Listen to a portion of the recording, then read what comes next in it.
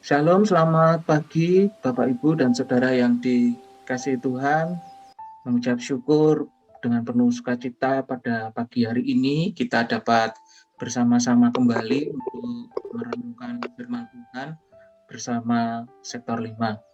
Pada pagi hari ini kita akan merenungkan firman Tuhan dari Efesus 2 ayat 13 sampai dengan 22 dengan tema damai bagi semuanya. Mari sebelumnya Bapak Ibu kita persiapkan hati dan pikiran kita. Kita akan memujikan sebuah lagu pujian dengan judul Bersamamu Bapa.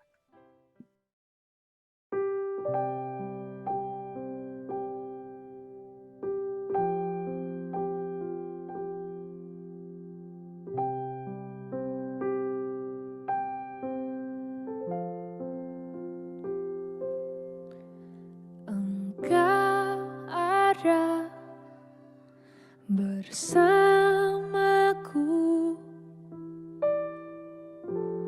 di setiap musim hidupku. Tak pernah kau biarkan ku sendiri.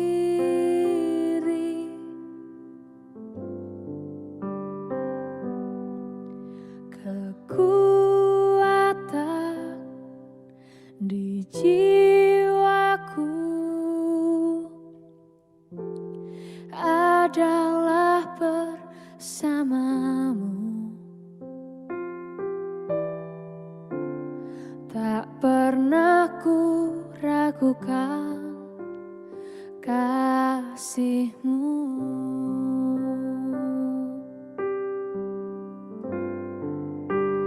Bersamamu Bapa, ku lewati semua perkenanan-Mu yang teguhkan hatiku. Engkau yang bertindak, memberi pertolongan, anugerah-Mu besar melimpah bagiku.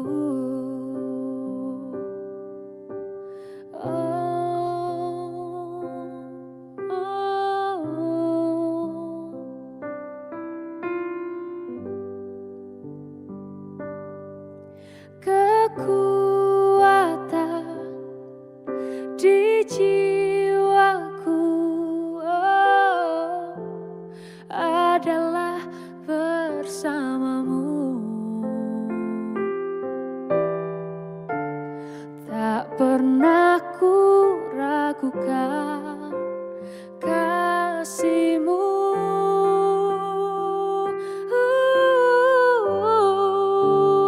Bersamamu Bapa, ku lewati semua perkenanan-Mu yang teguhkan hatiku. Engkau yang bertindak, memberi pertolongan, anugerah-Mu besar melimpah bagiku.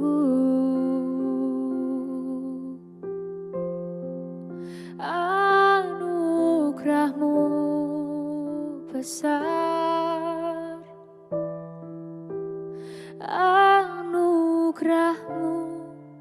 besar melimpah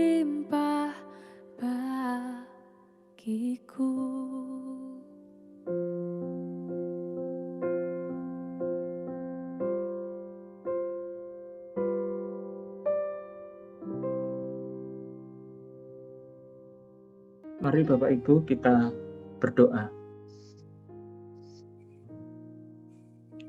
Bapa, kami mengucap syukur Bapa untuk kasih setia dan kebaikan-Mu di dalam hidup kami. Mengucap syukur Bapa bahwa di setiap kondisi kehidupan kami, di setiap persoalan kehidupan kami, Engkau tak pernah meninggalkan kami.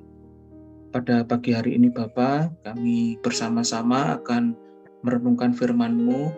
Bapa hadir di tengah-tengah kami, Bapa berkati sehingga kami dapat mengerti dan kami semakin merasakan kasih-Mu di dalam kehidupan kami. Terima kasih Bapa, di dalam nama Yesus kami berdoa dan mengucap syukur. Amin. Bapak, Ibu, dan Saudara, untuk firman Tuhan dari Efesus 2 ayat 13 sampai dengan 22 akan dibacakan oleh Ibu Yohana. Efesus 2 ayat 13 sampai dengan 22. Tetapi sekarang di dalam Kristus Yesus, kamu yang dahulu jauh sudah menjadi dekat oleh darah Kristus. Karena dialah damai sejahtera kita yang telah mempersatukan kedua pihak yang telah yang telah merubuhkan tembok pemisah, yaitu perseteruan. Sebab dengan matinya sebagai manusia, ia telah membatalkan hukum Taurat dengan segala perintah dan ketentuannya untuk menciptakan keduanya menjadi satu manusia baru di dalam dirinya, dan dengan itu mengadakan damai sejahtera. Dan untuk memperdamaikan keduanya di dalam satu tubuh dengan Allah oleh salib, dengan melenyapkan perseteruan pada salib itu. Ia datang dan memberitakan damai sejahtera kepada kamu yang jauh dan damai sejahtera kepada mereka yang dekat. Karena oleh Dia kita kedua pihak dalam satu roh beroleh jalan masuk kepada Bapa. Demikianlah kamu bukan lagi orang asing dan pendatang, melainkan kawan sewarga bagi orang-orang kudus dan anggota-anggota keluarga Allah, yang dibangun di atas dasar para rasul dan para nabi dengan Kristus Yesus sebagai batu penjuru. Di dalam Dia tumbuh seluruh bangunan, rapi tersusun, menjadi bait Allah yang kudus di dalam Tuhan. Di dalam Dia, kamu juga turut dibangun menjadi tempat kediaman Allah di dalam roh. Demikian firman Tuhan. Terima kasih Bu Yohana. Bapak, Ibu, dan Saudara, perikop yang kita baca menjelaskan bagaimana inisiatif Allah mendekatkan diri dengan umatnya sehingga menjadi mereka kepunyaannya. Perseteruan dengan Allah telah diperdamaikan oleh pengorbanan Kristus di atas kayu salib. Rasul Paulus menuliskan bahwa tidak hanya tembok pemisah antara manusia dan Allah yang dirubuhkan, tetapi tembok pemisah antara Yahudi dan non-Yahudi juga dihancurkan. Mereka dipersatukan menjadi umat kepunyaannya. Apa yang Kristus lakukan sebagai bukti karya pendamaian bagi manusia? Mari Bapak Ibu kita merenungkannya. Rasul Paulus menggambarkan keadaan jemaat sebagai satu tubuh Kristus.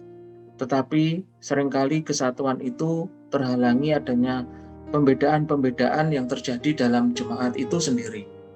Dengan tegas, Paulus mengingatkan jemaat di Efesus bahwa karya Kristus bukan hanya bagi umat Israel, tetapi berlaku bagi semua. Ada dua makna karya Kristus yang ditegaskan Paulus melalui suratnya. Yang pertama adalah keselamatan semata-mata anugerah di dalam Kristus, bukan karena diri kita. Frasa kamu sebagai orang-orang bukan Yahudi, ayat yang ke-11, merupakan bentuk penggembalaan Paulus kepada jemaat non-Yahudi bahwa kamu yang dahulu jauh sudah menjadi dekat oleh darah Kristus, di ayat yang ke-13. Perubahan status ini terjadi bukan karena faktor keturunan atau usaha baik umat, tetapi semata-mata karena kasih karunia dari Kristus yang rela mati menebus dosa manusia. Keselamatan berlaku bagi semua yang bersedia menyambutnya. Melalui nasihatnya ini, Rasul Paulus meneguhkan kepercayaan jemaat sebagai orang-orang non-Yahudi bahwa Kristus adalah kegenapan dari pengharapan mesianis bagi semua bangsa. Yang kedua, Bapak, Ibu, dan Saudara, bahwa keselamatan di dalam Kristus mendamaikan semua pihak. Tembok pemisah yang memisahkan atau membedakan orang Yahudi dengan bangsa lain telah runtuh karena Kristus. Keselamatan memang berawal dari Yahudi melalui ketaatan hukum Taurat, sehingga terkesan keselamatan bersifat terbatas bagi Yahudi. Namun tidaklah demikian dalam rancangan Allah. Kematian Kristus merubuhkan tembok, ayat yang ke-15, membatalkan hukum Taurat, sehingga keselamatan berlaku bagi siapapun, Yahudi dan non-Yahudi. Tidak ada lagi perseteruan seolah yang Yahudi lebih layak diselamatkan dibandingkan dengan non-Yahudi. Keduanya diselamatkan dan dipersatukan, bahkan memperoleh jalan masuk kepada Bapa melalui Kristus yang adalah batu penjuru. Sehingga setiap orang percaya memperoleh jalan masuk kepada Bapa dan menjadi satu keluarga Allah. Kita bersyukur sebab Kristus sudah melakukan karya pendamaian, sehingga setiap kita memiliki jalan masuk untuk menjalin hubungan yang harmonis dengan Bapa dan pengharapan yang pasti akan keselamatan kekal di dalam Dia. Maka, apapun pergumulan kita pada hari ini, mari kita mengupayakan menjalin hubungan dengan Bapa, sebab di sanalah kita mengalami damai dan teguh berpengharapan di dalam Dia. Mari Bapak Ibu kita merenungkannya.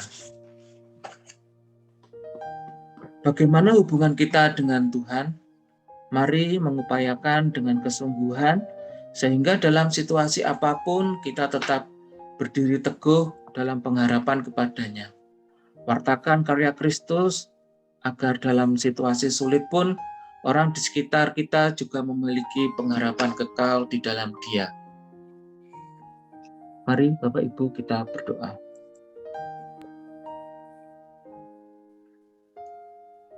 Bapa mengucap syukur untuk firman-Mu pada pagi hari ini.